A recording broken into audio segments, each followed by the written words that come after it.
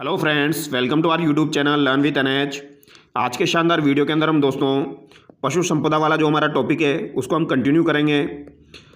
कल इसका एक वीडियो मैं आप लोगों के लिए अपलोड कर चुका हूं जिसमें हमने पशु संपदा से रिलेटेड लेटेस्ट रिपोर्ट के बारे में पढ़ा था और उसके साथ साथ हमने बकरियों की नस्लें और भेड़ों की नस्लों के बारे में पढ़ा था। और आज हम दोस्तों भैंस की नस्ल, ऊँट की नस्ल और गायों की नस्लों के बारे में पढ़ने वाले हैं और काफ़ी शानदार तरीके से हम सारी चीज़ों को याद करेंगे। तो चलिए दोस्तों, बिना देरी के शुरू करते हैं। जो भी विद्यार्थी पटवार exam, video exam, REET, second grade, URO, RS exam की तैयारी कर रहे हैं, पशु परिचर का एग्ज़ाम देने वाले हैं, वो इन वीडियोस को ज़रूर देखिए। यहाँ से आपको काफ़ी ज़्यादा फ़ायदा मिलेगा दोस्तों। सारी चीज़ें आपकी क्लियर हो जाएगी, एकदम डायग्राम के माध्यम से हम सारी चीज़ों को समझने वाले हैं। तो चलिए दोस्तों, बिना देरी के शुरू करते हैं। आज हम शुरुआत करेंगे भैंस की नस्लों से। तो सबसे पहले हम भैंस की नस्लें देखने वाले हैं दोस्तों। भैंस की प्रमुख नस्लें मैं आपको बता देता हूँ। एक तो आपकी मुर्रा है, नागपुरी है, भदाउरी, जाफराबादी, सूरती, रावी, मेहसाना। ये नाम आपको याद रखने हैं। मुर्रा, नागपुरी, भदाउरी, जाफराबादी, सूरती, रावी, मेहसाना। यहाँ से एग्जाम में सवाल पूछा जाता है। अब ये सारी की सारी आपको ट्रिक के माध्यम से याद करनी है ताकि आपको याद रहे और एग्जाम में जब सवाल पूछा जाए तो आप सही कर सके। तो ट्रिक क्या है दोस्तों? मुन्ना बजा सुर में। क्या हुआ दोस्तों? मुन्ना बजा सुर में। ये ट्रिक आपको याद रखनी है, मुन्ना बजा सुर में। अगर आप ये ट्रिक याद करते हैं तो आपको भैंस की सारी नस्लें याद हो जाएगी। मुन्ना बजा सुर में। तो मुंह से तो आपका मुर्रा हो जाएगा दोस्तों, ना से आपका नागपुरी हो जाएगा, ब से आपका क्या हो जाएगा? भदाउरी हो जाएगा, और जा से आपका जाफराबादी हो जाएगा, सू से आपका सूरती हो जाएगा, र से रावी हो जाएगा, मे से मेहसाना हो जाएगा। तो ये ट्रिक आपको याद रखनी है, मुन्ना बजा सुर में।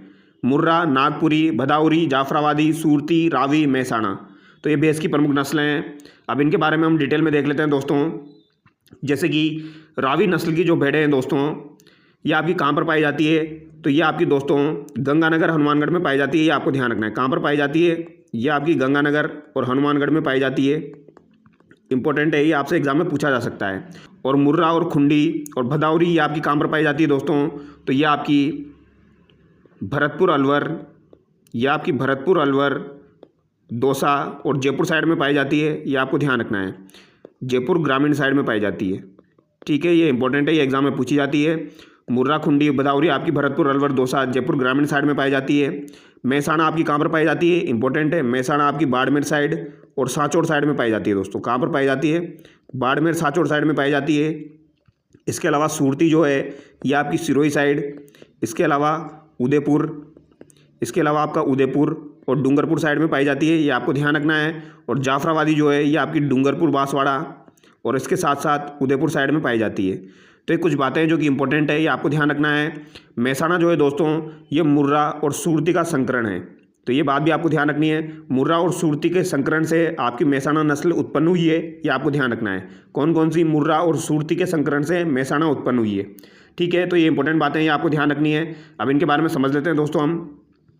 जैसे कि मुर्रा और खुंडी जो है ये आपकी सबसे अच्छी नस्ल है। मुर्रा और खुंडी जो है ये सबसे अच्छी नस्ल है भैंस की। ये आपकी अलवर, भरतपुर, धौलपुर, दौसा, डीग, जयपुर ग्रामीण साइड में पाई जाती है। तो ये बात आपको ध्यान रखनी है, मुर्रा खुंडी सबसे अच्छी नस्ल है। किसकी? भैंस की। नागपुरी जो है ये सबसे हल्की नस्ल है। नागपुरी आपकी सबसे हल्की नस्ल है, ये आपको ध्यान रखना है। नाम से तो सबसे भारी लग रही है लेकिन सबसे हल्की है। क्षेत्र इसका कौन सा हो जाएगा? दक्षिणी राजस्थान हो जाएगा। नागपुरी आपकी उदयपुर, डूंगरपुर, बांसवाड़ा, सिरोही, सांचौर साइड में पाई जाती है। तो नागपुरी दोस्तों आपकी कहाँ पर पाई जाएगी? ये आपकी दक्षिणी राजस्थान में पाई जाएगी, ये आपको ध्यान रखना है। ठीक है, और मुर्रा जो है ये सबसे अच्छी नस्ल है दोस्तों। आगे देखिए, भदाउरी या बडाउरी से कहा जाता है, ये सर्वाधिक वसा वाली नस्ल है। तो सर्वाधिक वसा वाली नस्ल आपकी कौन सी हो जाएगी? ये आपकी भदाउरी हो जाएगी। यानी भदाउरी का जो दूध होता है उसमें सर्वाधिक वसा होती है दोस्तों। तो सर्वाधिक वसा वाली जो नस्ल है वो आपकी कौन सी हो जाएगी? भदाउरी हो जाएगी। ये आपको ध्यान रखना है, इंपॉर्टेंट है, ये काफ़ी बार एग्जाम में पूछा जाता है। ठीक है, सर्वाधिक वसा वाला दूध देने वाली नस्ल आपकी भदाउरी हो जाएगी।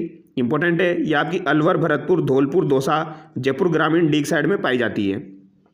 आगे देखिए दोस्तों, जाफराबादी। जाफराबादी आपकी मिनी एलिफेंट कहलाती है दोस्तों। मिनी एलिफेंट किसको कहा जाता है? जाफराबादी को कहा जाता है क्योंकि इसका आकार बड़ा तथा शरीर ढीला ढाला होता है।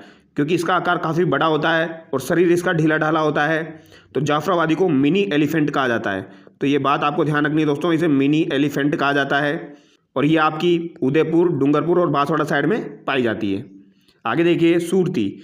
सूरती का मूल क्षेत्र आपका सूरत हो जाएगा और ये कहाँ पर पाई जाती है? सिरोही, उदयपुर और डूंगरपुर साइड में पाई जाती है। रावी नस्ल की जो भैंसें हैं ये आपकी नीली कहलाती है और इसका मूल क्षेत्र क्या हो जाएगा? रावी नदी हो जाएगा। श्रीगंगानगर हनुमानगढ़ साइड पाई जाती है, ये आपको ध्यान रखना है। मेहसाणा जो है दोस्तों इसका सबसे लंबा दुग्ध काल होता है। तो सबसे लंबा दुग्ध काल किसका होता है? तो ये आपकी मेहसाणा का होता है। इंपॉर्टेंट है, ये आपको ध्यान रखना है। ये आपसे पूछा जा सकता है सबसे लंबा दुग्ध काल भैंस के अंदर किसका होता है? तो ये आपका मेहसाणा का होता है। यह मुर्रा तथा सूरती का संकरण है। तो मुर्रा तथा सूरती का संकरण कौन सी हो जाएगी? आपकी मेहसाणा हो जाएगी। ये आपसे एग्जाम में पूछा जा सकता है दोस्तों। यह आपकी बाड़मेर, सांचौर और सिरोही साइड में पाई जाती है। तो ये आपको ध्यान रखना है, बाड़मेर, सांचौर, सिरोही साइड में आपकी मेहसाणा पाई जाती है। आगे देखिए दोस्तों, ऊँट की प्रमुख नस्लें हम देख लेते हैं। जैसे कि ऊँट की प्रमुख नस्लों में सबसे पहले आपकी आती है बीकानेरी नस्ल। बीकानेरी नस्ल यह सिंधी, अफगानी तथा बलूचिस्तान का संकरण है। तो सिंधी, अफगानी और बलूचिस्तान का संकरण आपकी कौन सी हो जाएगी? बीकानेरी हो जाएगी। आपको ध्यान रखना है इस ऊँट पर स्पॉट होता है, अर्थात ललाट पर एक छोटा सा खड्डा होता है। तो इस ऊँट पर क्या होता है? स्पॉट होता है और जो इसका ललाट होता है दोस्तों उस पर छोटा सा खड्डा होता है। ये आपको ध्यान रखना है बीकानेरी नस्ल पर, ये आपको ध्यान रखना है। तो बीकानेरी ऊँट जो होता है उसके ललाट पर एक खड्डा होता है और ये सिंधी, अफगानी और बलूचिस्तान का संकरण है। आगे देखिए जैसलमेरी। जैसलमेरी आपका ऊँट दौड़ के लिए प्रसिद्ध है। तो जैसलमेरी ऊँट जो है ये आपका दौड़ के लिए प्रसिद्ध है, सवारी के लिए प्रसिद्ध है, कृषि कार्यों में उपयोगी है। तो ये आपका मुख्यतः दौड़ और सवारी के लिए प्रसिद्ध है, ये आपको ध्यान रखना है। आगे देखिए नाचना। नाचना जो है दोस्तों ये आपका कहाँ पर पाया जाता है? तो ये जैसलमेर में पाया जाता है। तो नाचना ऊँट की नस्ल है और ये कहाँ पर पाई जाती है? आपकी जैसलमेर में पाई जाती है और ये सबसे सुंदरतम नस्ल है दोस्तों। ऊँट की सबसे सुंदर नस्ल आपकी कौन सी हो जाएगी? नाचना हो जाएगी। तेज़ दौड़ने के लिए प्रसिद्ध है, सवारी के लिए प्रसिद्ध है, पर्यटकों के लिए उपयोगी है, सेना के जवानों के लिए भी उपयोगी है। तो सबसे सुंदर नस्ल अगर आपसे ऊँट की पूछी जाए तो कौन सी हो जाएगी? नाचना हो जाएगी। और कहाँ की प्रसिद्ध है? जैसलमेर की। गोमट आपका फलोदी में प्रसिद्ध है दोस्तों। तो गोमट ऊँट की नस्ल है और यह भारवाहक ऊँट है जो बोझा ढोने के लिए उपयोगी है। तो गोमट काफ़ी बार एग्जाम में पूछा जा चुका है। गोमट किसकी नस्ल है? तो ये आपकी ऊँट की नस्ल है और ये भारवाहक ऊँट है। कौन सा ऊँट है दोस्तों? ये आपका भारवाहक ऊँट है, ये आपको ध्यान रखना है। यानी बोझा ढोने के लिए इसको यूज़ में लिया जाता है। एक आपका बाड़मेरी ऊँट हो जाएगा, सांचौरी ऊँट हो जाएगा जो कि सांचौर में पाया जाता है, जालोरी जालोर में पाया जाता है। एक आपको ध्यान रखना है दोस्तों मालवी ऊँट। मालवी जो है एक ऊँट की नस्ल होती है, ये आपको ध्यान रखना है। मालवी गाय की भी नस्ल होती है। यह ऊँट की सबसे छोटी नस्ल है। तो ऊँट की सबसे छोटी नस्ल आपकी कौन सी हो जाएगी? मालवी हो जाएगी। यह आपकी बांसवाड़ा, प्रतापगढ़, चित्तौड़गढ़, कोटा, बारा, बूंदी, झालावाड़ क्षेत्र में पाई जाती है। तो मालवी नस्ल के जो ऊँट है वो कहाँ पर पाए जाते हैं? ये आपके बांसवाड़ा, प्रतापगढ़, चित्तौड़गढ़, कोटा, बारा, बूंदी, झालावाड़ साइड में पाए जाते हैं, ये आपको ध्यान रखना है। और मेवाती नस्ल के ऊँट आपके अलवर, भरतपुर साइड में पाए जाएंगे, अलवरी, अलवर साइड में पाए जाएंगे। अब यहाँ पर एक इंपॉर्टेंट बात है वो आपको ध्यान रखनी है दोस्तों। खराई तथा कच्ची ऊँट की नस्ल दलदली क्षेत्र में पाई जाती है। तो ये आपको ध्यान रखना है, खराई तथा कच्ची ऊँट की नस्ल। तो खराई जो है ये भी आपकी ऊँट की नस्ल है, ये आपको ध्यान रखना है। और कच्ची जो है दोस्तों ये भी आपकी ऊँट की नस्ल है। तो खराई और कच्ची जो ऊँट की नस्ल है ये आपकी कहाँ पर पाई जाती है? ये आपकी दलदली क्षेत्र में पाई जाती है। कहाँ पर पाई जाती है दोस्तों? दलदली क्षेत्र में पाई जाती है। इंपॉर्टेंट है, ये बात आपको ध्यान रखनी है। आगे देखिए दोस्तों, केंद्रीय ऊँट अनुसंधान केंद्र आपका कहाँ पर स्थित है? तो केंद्रीय ऊँट अनुसंधान केंद्र आपका जोहड़बीड़, बीकानेर में स्थित है, ये आपको ध्यान रखना है। केंद्रीय ऊँट अनुसंधान केंद्र आपका जोहड़बीड़, बीकानेर में स्थित है। इंपॉर्टेंट सवाल है, काफ़ी बार एग्जाम में पूछा जाता है। ऊँट एक दिन में 18 से 36 लीटर पानी पी सकता है। तो 18 से लेके 36 लीटर पानी आपका कौन पी सकता है? ऊँट पी सकता है। और ऊँट 7 दिन तक बिना पानी पिए रह सकता है। राज्य में ऊँटनी के दूध की डेयरी उर्मुल ये कहाँ पर है आपकी? ये बीकानेर में दोस्तों। और ये इंपॉर्टेंट है, ये आपसे डेफिनेटली एग्जाम में पूछी जाएगी, इसको रट लेना आप। उर्मुल जो है ये आपकी कहाँ पर हो जाएगी? ये आपकी बीकानेर में हो जाएगी। उत्तरी राजस्थान मिल्क यूनियन लिमिटेड ये बीकानेर में, ये आपको ध्यान रखना है। इसकी फुल फॉर्म हो जाएगी उत्तरी राजस्थान मिल्क यूनियन लिमिटेड। तो उर्मुल आपकी कहाँ पर हो जाएगी दोस्तों? बीकानेर में हो जाएगी। ऊँटनी के दूध की डेयरी है, किसकी डेयरी है दोस्तों? ऊँटनी के दूध की डेयरी है उर्मुल। उत्तरी राजस्थान मिल्क यूनियन लिमिटेड कहाँ पर है? बीकानेर में। इंपॉर्टेंट है, ये सवाल आपका एग्जाम में पूछा जाएगा दोस्तों। ऊँटनी के दूध को 37 डिग्री सेंटीग्रेड तापमान पर 8 घंटे तक रखने पर भी खराब नहीं होता है। अगर आप ऊँटनी के दूध को 37 डिग्री तापमान पर रख देते हैं 8 घंटे तक तो भी ये खराब नहीं होता है, ये इसकी खास बात है। आगे देखिए घोड़े की प्रमुख नस्लें। घोड़े की प्रमुख नस्लें हम देख लेते हैं दोस्तों। सबसे पहले आपकी मालानी है। मालानी जो है ये आपकी घोड़े की नस्ल है दोस्तों, ये आपको ध्यान रखना है। मालानी किसकी नस्ल है? घोड़े की नस्ल है। और नाम से पता लग रहा है मालानी कहाँ पर पाई जाएगी, आपकी बाड़मेर में पाई जाती है। यह कलाबाजियों के लिए उपयोगी है। तो मालानी नस्ल जो कि घोड़े की है, ये कलाबाजियों के लिए उपयोगी है और ये बाड़मेर साइड में आपकी पाई जाती है, ये आपको ध्यान रखना है। मारवाड़ी जो है दोस्तों, ये आपकी बीकानेर, जैसलमेर, बाड़मेर, जोधपुर ग्रामीण, फलोदी, बालोतरा में पाई जाती है। तो मारवाड़ी जो है ये आपकी ऊँट की नस्ल है, ये आपको ध्यान रखना है। तेज़ दौड़ने के लिए प्रसिद्ध है और गुड़ दौड़ के लिए उपयोगी है। तो घोड़ा दौड़ के लिए आपकी मारवाड़ी नस्ल उपयोगी है और तेज़ दौड़ने के लिए भी उपयोगी है। काठियावाड़ी जो है ये किसकी नस्ल है, तो काठियावाड़ी जो है दोस्तों, ये भी आपकी किसकी नस्ल हो जाएगी, ये भी आपकी घोड़े की नस्ल हो जाएगी, ये आपको ध्यान रखना है। और ये कहाँ पर पाई जाती है, आपकी गुजरात में पाई जाती है, यानी कि मूल रूप से गुजरात की हो जाएगी। और राजस्थान में बाड़मेर, जैसलमेर, बीकानेर साइड में मिलती है, ये आपको ध्यान रखना है। यह नस्ल अरबी तथा सिंधी घोड़े का संकरण है। तो ये आपसे पूछा जा सकता है अरबी और सिंधी घोड़े का जो संकरण है वो कौन सी नस्ल है, तो वो आपकी काठियावाड़ी है। तो मालानी काठियावाड़ी आपको ध्यान रखना है दोस्तों, इंपॉर्टेंट है। इसके अलावा इसके कुछ इंपॉर्टेंट तथ्य देख लीजिए। अब दोस्तों ये जितनी भी चीज़ें हैं इनको अभी हम देखेंगे। इससे पहले गाय की नस्लें हमारी बची हुई है, तो गाय की नस्लें हम देख लेते हैं दोस्तों एक बार, ठीक है। गाय की नस्लें मैं एक बार आपको बता देता हूँ, वो हमने बीच में ड्रॉप की थी। तो सबसे पहले हम गाय की नस्लें देख लेते हैं, फिर उसके बाद हम कुछ इंपॉर्टेंट बातें हैं वो देखेंगे, क्योंकि गाय की नस्लों से भी एग्जाम में सवाल पूछा जाता है। तो फटाफट से हम गाय की प्रमुख नस्लें देख लेते हैं, ठीक है। अब गाय की प्रमुख नस्लों में सबसे पहले आती है आपकी थारपारकर। थारपारकर, थारी या मालानी। मालानी अभी हमने देखा दोस्तों, ऊँट की नस्ल भी होती है और ये आपकी गाय की नस्ल भी होती है। इसकी उत्पत्ति कहाँ से हुई है, सिंध पाक से हुई है, ये आपको ध्यान रखना है। तो थारपारकर की उत्पत्ति कहाँ से हुई है दोस्तों, सिंध पाक से हुई है, ये आपको ध्यान रखना है, ये पूछा जा सकता है। सिंधी क्षेत्र से आने के कारण इसे उजली सिंधी भी कहते हैं।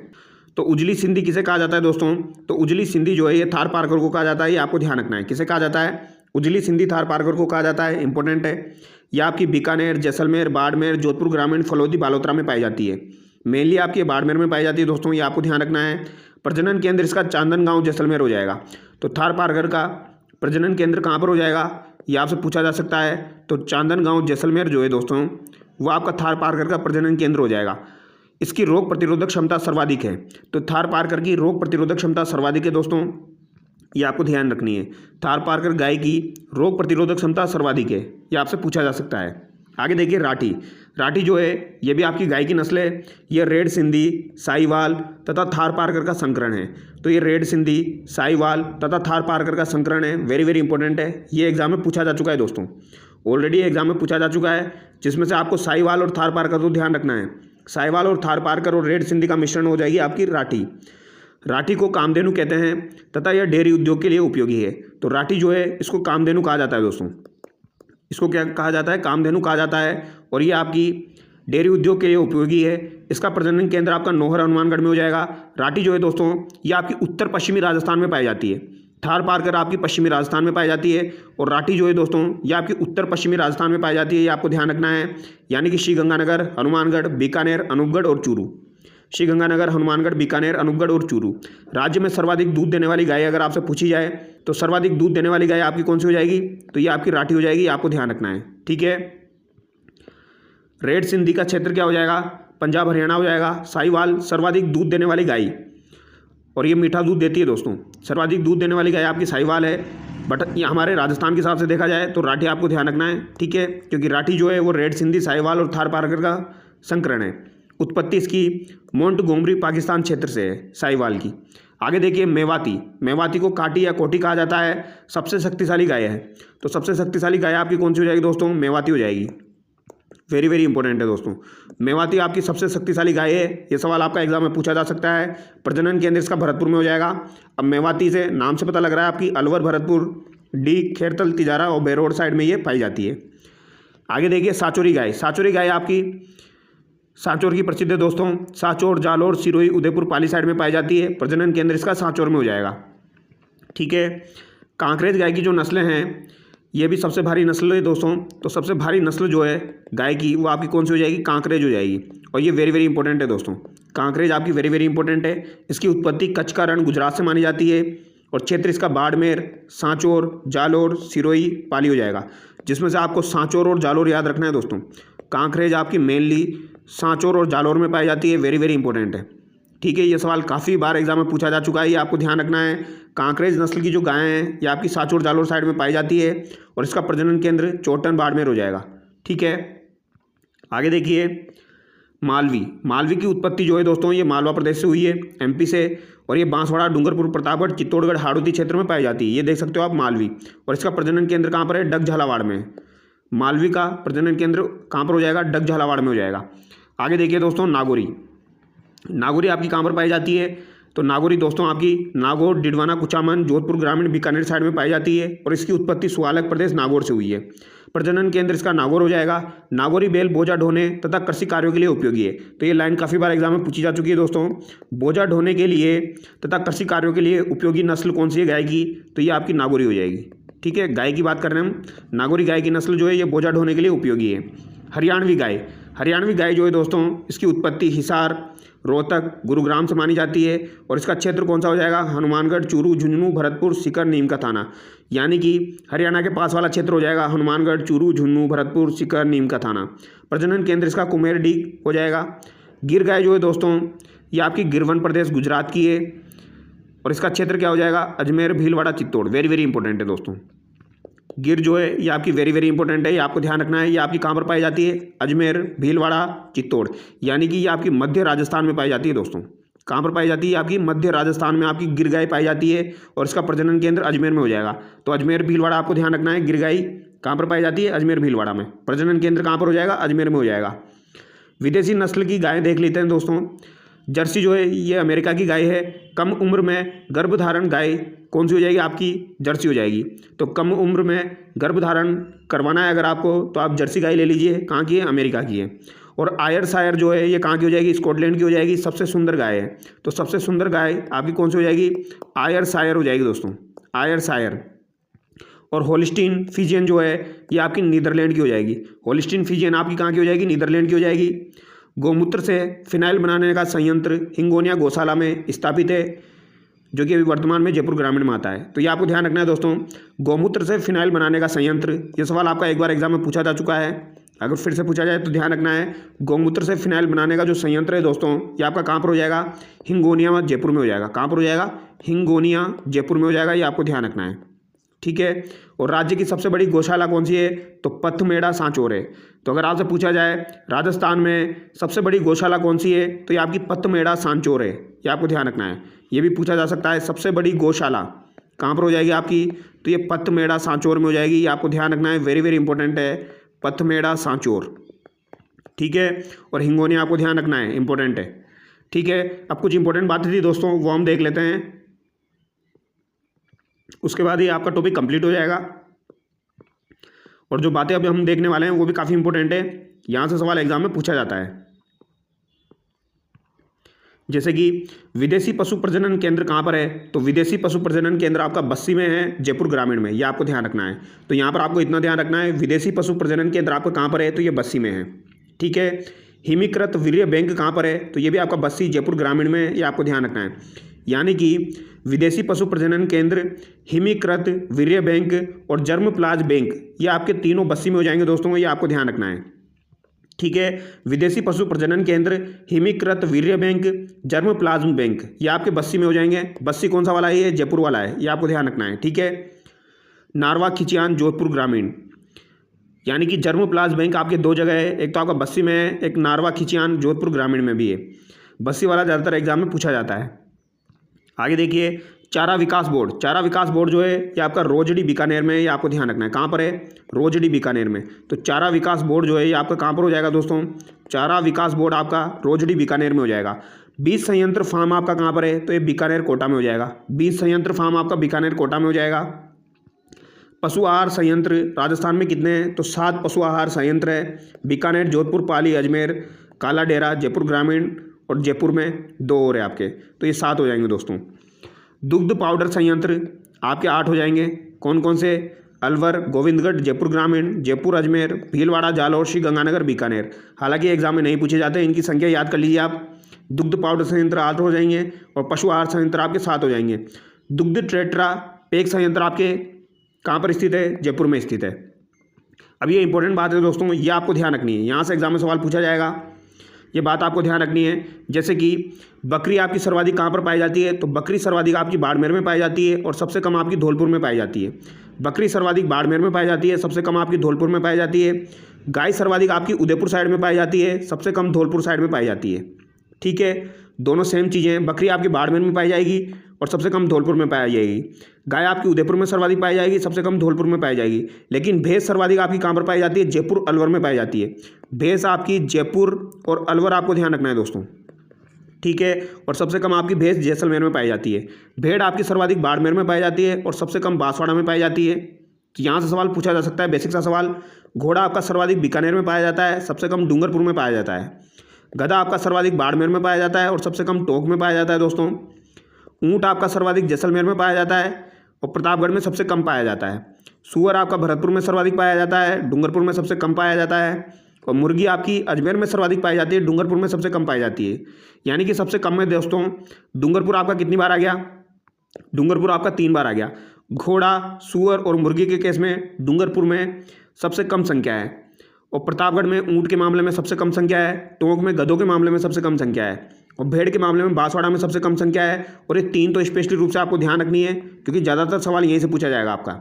ठीक है, ये चारों याद कर लो आप, तो आपका काम हो जाएगा। बकरी सर्वाधिक बाड़मेर, सबसे कम धौलपुर। गाय उदयपुर, धौलपुर। जयपुर आपकी सर्वाधिक जयपुर अलवर में, सबसे कम जैसलमेर में। भेड़ आपकी सर्वाधिक बाड़मेर में, सबसे कम बांसवाड़ा में।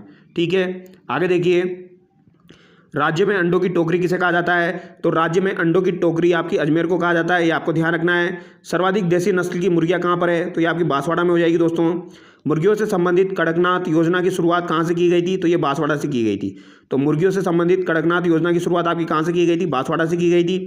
कुक्कुट प्रशिक्षण संस्थान आपका कहाँ पर स्थित है, वेरी वेरी इंपॉर्टेंट है। कुक्कुट प्रशिक्षण संस्थान आपका कहाँ पर है, तो ये अजमेर में है दोस्तों और इसकी स्थापना 1988 में हुई थी। इंपॉर्टेंट है, ये आपको ध्यान रखना है। कुक्कुट प्रशिक्षण संस्थान आपका कहाँ पर हो जाएगा, अजमेर में हो जाएगा और इसकी स्थापना 1988 में की गई थी।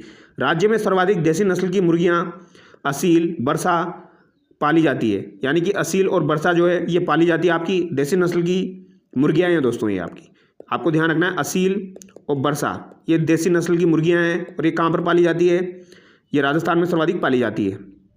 राज्य में सर्वाधिक विदेशी नस्ल की मुर्गी कौन सी हो जाएगी, टोगनबर्ग, जो कि पाली जाती है।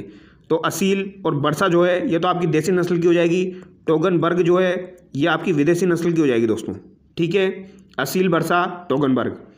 मुर्गियों में रानीखेत रोग होता है, तो ये आपको ध्यान रखना है। रानीखेत रोग किन में पाया जाता है, तो ये मुर्गियों में पाया जाता है। बेसिक सा सवाल एग्जाम में पूछ लिया जाता है कभी कभी। अब यहाँ पर पूछा जा सकता है आपके एग्जाम में, मुर्गियों का जो मांस होता है इसे क्या कहा जाता है, तो इसे तो चिकन कहा जाता है। बकरी का जो मांस होता है दोस्तों इसे चेवनी कहा जाता है। तो बकरी का जो मांस होता है उसे चेवनी कहा जाता है, ये आपको ध्यान रखना है दोस्तों। इसको कैसे याद रखोगे आप, चेबनी कर लीजिए दोस्तों इसको। तो ब से आपका क्या हो जाएगा, बकरी हो जाएगा। इस तरीके से याद रख सकते हो। सूअर का मांस आपका गोश्त कहलाता है, तो सूअर का मांस जो होता है ये आपका गोश्त कहलाता है दोस्तों। और गाय या भैंस का जो मांस होता है उसे बीफ कहते हैं। और गाय और भैंस का जो मांस होता है दोस्तों उसे बीफ कहा जाता है। और भेड़ का जो मांस होता है उसे मटन कहा जाता है, ये आपको ध्यान रखना है। ठीक है, भेड़ का जो मांस होता है उसे मटन कहा जाता है। राज्य में पशुपालन विभाग की स्थापना कब की गई थी, तो 1957 में की गई थी। तो ये भी आपसे एग्जाम में पूछा जा सकता है, इंपॉर्टेंट है। पशुपालन विभाग की स्थापना राजस्थान में कब की गई थी, तो 1957 में की गई थी। इंपॉर्टेंट है, ये आपको ध्यान रखना है। 1957 में पशुपालन विभाग की स्थापना की गई थी। तो दोस्तों यहाँ पर हमारा टॉपिक कंप्लीट हो गया है। अब जो भी विद्यार्थी राजस्थान के अंदर RS एग्ज़ाम, पटवार एग्ज़ाम, वीडियो एग्ज़ाम इनकी सबकी तैयारी कर रहे हैं वो हमारे चैनल को सब्सक्राइब जरूर करें और वीडियो को लाइक करें और आप चैनल से जुड़ जाइए ताकि आपको एकदम शानदार कंटेंट मिलता रहेगा। टेलीग्राम चैनल को आप ज्वाइन कर लीजिए, सभी PDF आपको वहीं पर ही मिलेगी दोस्तों। और उसके साथ साथ वहाँ पर ऑब्जेक्टिव सवाल भी आपके करवाए जाते हैं। तो चलिए दोस्तों, नेक्स्ट वीडियो में मिलते हैं। Thank you so much.